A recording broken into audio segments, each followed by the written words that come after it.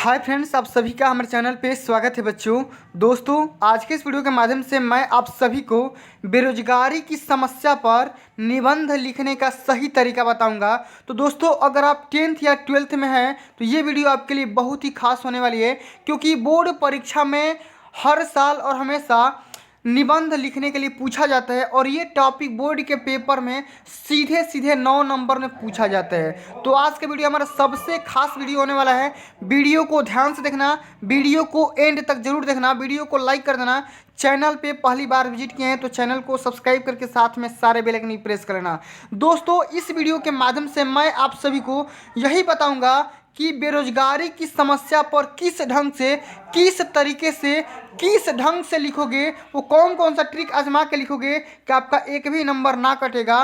तो आज की वीडियो हमारा सबसे ज़्यादा मोस्ट इंपोर्टेंट वीडियो है। वीडियो को ध्यान से देखना, एंड तक जरूर देखना, और बोर्ड के पेपर में कौन सी गलती नहीं करनी है वही मैं आप सभी को वीडियो के एंड में बताने वाला हूँ, जिससे आपका 9 नंबर ना कट सके।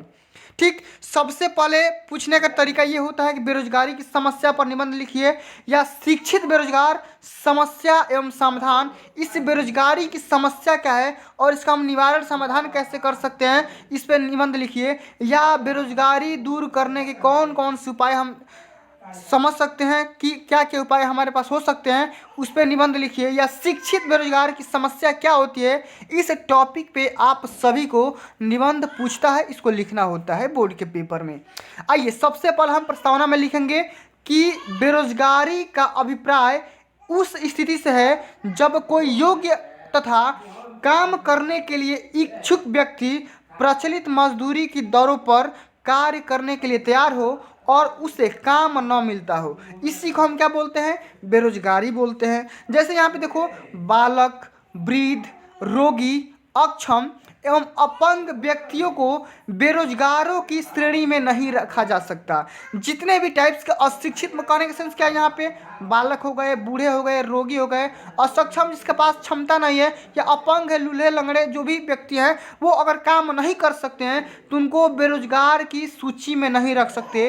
क्योंकि जो व्यक्ति काम करने के इच्छुक नहीं है और परजीवी हैं, यानी कि दूसरे पे आश्रित है, वे बेरोजगारों की श्रेणी में नहीं आते हैं।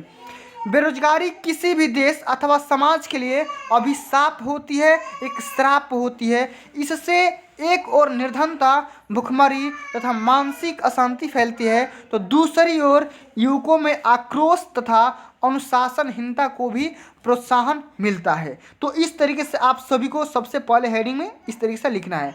इसी में आप सभी को लिखना है कि हमारे देश में बेरोजगारी के अनेक कारण हैं। वो कौन कौन से कारण, जैसे कि मैंने यहाँ पे चर्चा करूँगा कि इनमें से कुछ कारणों का उल्लेख निम्नलिखित है।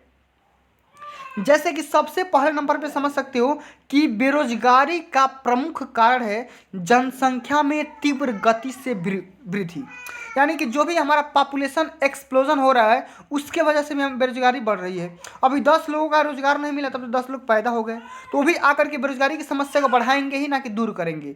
विगत कुछ दशकों में भारत में जनसंख्या का विस्फोट हुआ है, मैंने बता दिया एक्सप्लोजन हुआ है। हमारे देश की जनसंख्या में प्रति वर्ष लगभग 2.5% की वृद्धि हो जाती है, जबकि इस दर से बेकार हो रहे व्यक्तियों के लिए हमारे देश में रोजगार की व्यवस्था नहीं है।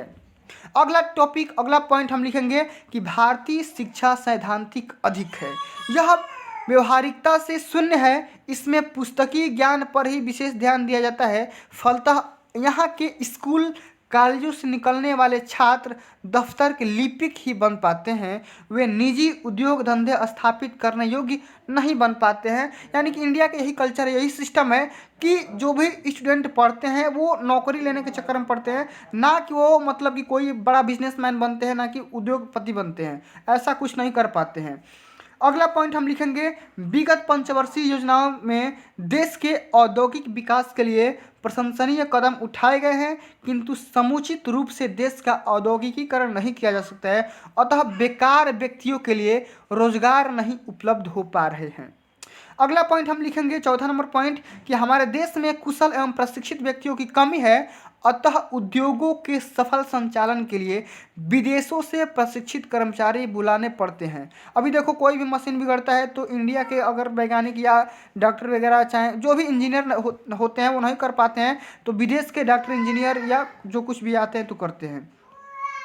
इस कारण से देश के कुशल एवं प्रशिक्षित व्यक्तियों के बेकार हो जाने की समस्या भी सामने देखने को पड़ती है। इसी में आप सभी लोग अब इसका बेरोजगारी का उपाय को दूर करने के लिए कौन कौन सा उपाय सोच सकते हैं, इसके बारे में लिखना है। तो बेरोजगारी को दूर करने के लिए निम्नलिखित उपाय कारगर सिद्ध हो सकते हैं। कौन कौन से, जैसे कि यहाँ पे देखो, जनसंख्या में अत्यधिक वृद्धि बेरोजगार का मूल कारण है, अतः इस पर कंट्रोल करके, इस पर नियंत्रित करके हम इस करना बहुत ही आवश्यक है, नेसेसरी है। जनता को परिवार नियोजन का महत्व समझते हुए उसमें छोटे परिवार के प्रति चेतना जागृत करना चाहिए। अगला जो हमारा पॉइंट है, दूसरा नंबर, कि शिक्षा को व्यवसाय प्रधान बनाकर शारीरिक श्रम को भी उचित महत्व दिया जाना चाहिए। तीसरा पॉइंट, कि कुटीर उद्योगों के विकास की ओर विशेष ध्यान देना चाहिए। अगला पॉइंट यह है कि देश में व्यापक स्तर पर औद्योगिकीकरण किया जाना चाहिए। इसके लिए विशाल उद्योगों की अपेक्षा लघु स्तरीय उद्योगों को अधिक प्रोत्साहन दिया जाना चाहिए। अगर हम मतलब कि बिजनेस नहीं कर पाते हैं तो हम कोई लघु उद्योग या छोटा धंधा हम कर सकते हैं, ठीक ना। अगला पॉइंट, मुख्य उद्योगों के साथ साथ सहायक उद्योगों का भी विकास किया जाना चाहिए, जैसे कि कृषि के साथ साथ पशुपालन, मुर्गी पालन इत्यादि। सहायक उद्योगों का विकास करके ग्रामीण जनों को बेरोजगारों से हम मुक्त कराया जा सकता है। तो इस तरीके से हम उपाय हम लिख सकते हैं, 2-4 उपाय लिख दोगे आपका काम हो जाएगा। अब अंत में हम लिखेंगे, किसी भी निबंध का जो अंत में होता है आप सभी को उपसंहार वाले टॉपिक को गायब नहीं करना है। बीच में 1-2 टॉपिक और नहीं भी लिखोगे तो कोई दिक्कत की बात नहीं होगा, लेकिन आप सभी को यही गलती नहीं करनी है कि बोर्ड के पेपर में निबंध लिखते समय उपसंहार वाले टॉपिक को पक्का लिखना है। इसमें निचोड़ निकल जाता है कि हमारी सरकार बेरोजगारी उन्मूलन के लिए जागरूक है और इस दिशा में इसने महत्वपूर्ण कदम भी उठाए हैं।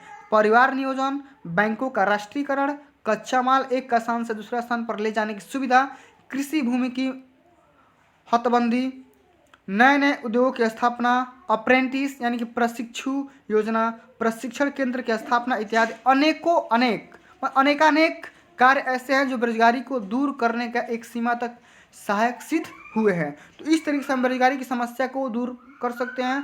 इस तरीके से हम बेरोजगारी की समस्या पर निबंध लिख सकते हैं। तो फ्रेंड्स, आज के लिए बस इतना ही। अगर ये वीडियो आप सभी को अच्छी लगी होगी, हेल्पफुल लगी होगी, तो वीडियो को लाइक करना और ज़्यादा से ज़्यादा इस वीडियो को शेयर करना। और अभी तक आपने मेरे चैनल को सब्सक्राइब नहीं किए हैं तो सब्सक्राइब करके साथ में सारे बेल आइकन प्रेस कर लो। मिलते हैं अगली वीडियो में, तब तक के लिए जय हिंद, जय भारत, वंदे मातरम।